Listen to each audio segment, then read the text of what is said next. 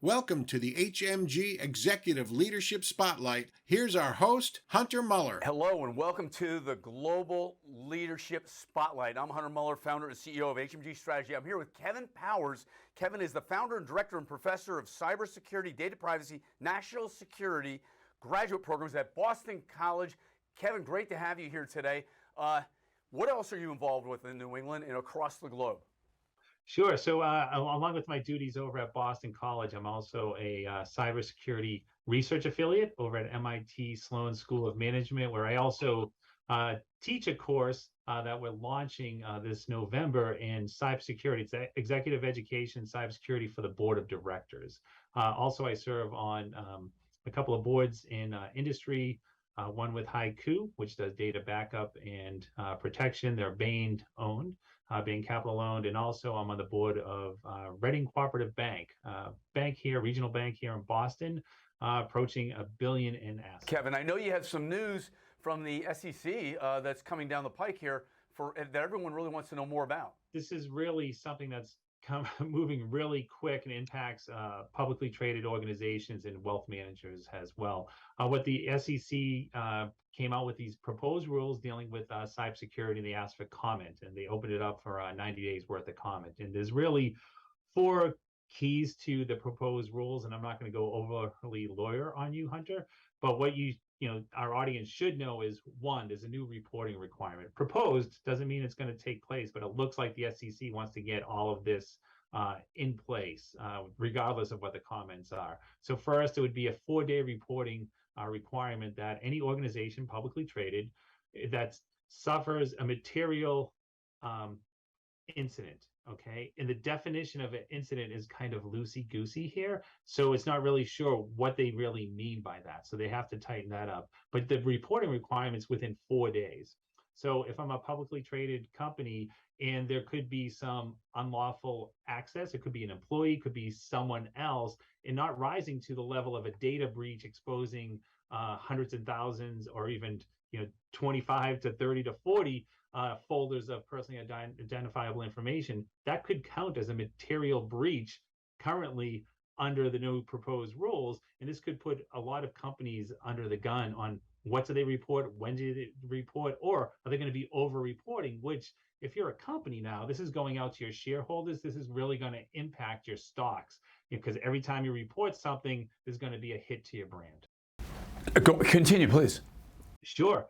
2, it also requires reporting of publicly traded organizations to put forth what they're doing to protect the personally identifiable information in their network systems. So it's putting out there, really in looking at this, it's not something that the SEC is really allowed to do, is like put forth like rules and regulations on how you're going to set up your program.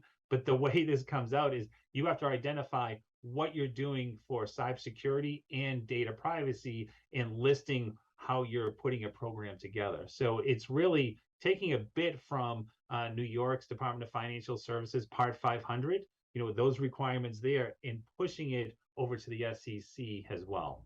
So what does this mean? What are the implications for CEOs and the C-suite and boards? Yeah, the implications are that there's been a lot of talk about boards have to get more active. I think this is really pushing boards and senior management to actively get involved with cybersecurity. It's no longer going to be left to the IT or just to the CISO. It's at the board level, and it could be potential liabilities for board members if they're not following cybersecurity and looking at it as an essential part of their business.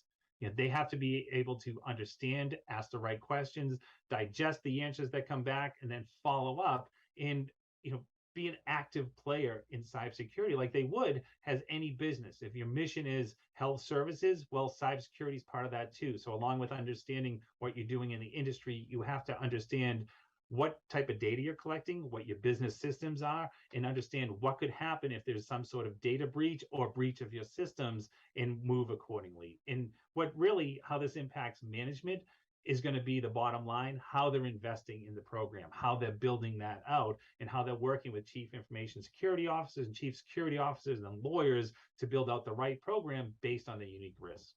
Great stuff, Kevin. It sounds to me like the federal government is activating the private and the commercial sector to power up the defenses. Yeah, and it pains me to say this as a Boston guy, but New York was really at the forefront on this with the DFS Part 500 rules and regulations that came out in 2017. They really took the NIST framework and codified it, and they put out there requirements that every organization shall do if you're a financial institution regulated by the New York Department of Financial Services. And what you're seeing with the SEC rules has always been you should follow these best practices. What's coming out now, it's you shall do this, and if you don't, well, you'll suffer the wrath of the regulator. Kevin, I love about my network and our role at HMG Strategy. We're the largest independent trusted network of CISOs, CIOs, and CTOs around the world. Independence matters, really having that objective point of view, right? It really does. You need that objective point of view, but it's also, if you look at what the SEC is doing, what all the different regulators are coming out, at least, it's not like has stringent of check the box compliance. It's still based on your unique risk. It's risk-based, and it gives organizations, the objective side of the house of, hey, you have to do these 10 things, but along with those 10 things, you have the freedom subjectively to build a program that really fits your business. It's not cookie cutter. A little bit about you, your background, your passion. You're the founder of this amazing movement at BC and our university systems. A little bit about your founding background at Boston College and the program you have. Yeah, sure. My background, I've been a lawyer for the past 23 plus years. I started in the Department of Justice, first working with the U.S. Marshal Service and the U.S. Attorney's Office. And then I went off to the Navy JAG Corps for 5 years, which is a great time. And I got involved with academia. While a JAG officer, I was the Deputy General Counsel at the U.S. Naval Academy in Annapolis. Then I worked in private firms, big and mid-size in Boston and Washington, D.C., went in-house and continually taught. So I taught at Boston College, taught at Boston University, and in 2016 built this program with the then current dean, Father James Burns, and BC signed off on it. And next thing you know, I was at Boston College. If I planned it to be in academia, it would never have happened. I just got lucky. Stuff. So a real entrepreneurial streak in you there as well. That's amazing. Yeah, exactly. And cybersecurity, as you know, Hunter, it's changing every day. You have to be innovative, and you have to look at all the different emerging technologies, but also the business strategies as well. It's not based on tech. I mean, we've always said this, and I know you say this as well, that cybersecurity is not a tech issue. It's a business issue that needs to be managed with, the senior leaders, senior management, the board of directors, a holistic approach, and it's all based on risk management. Hey, Kevin, great to have you on today's Spotlight. Thank you so much. Amazing insights, and looking forward to seeing you in person in Boston.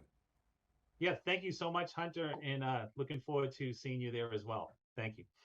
For more information, please visit hmgstrategy.com and keep up to date by following us on our social media platforms. Thank you.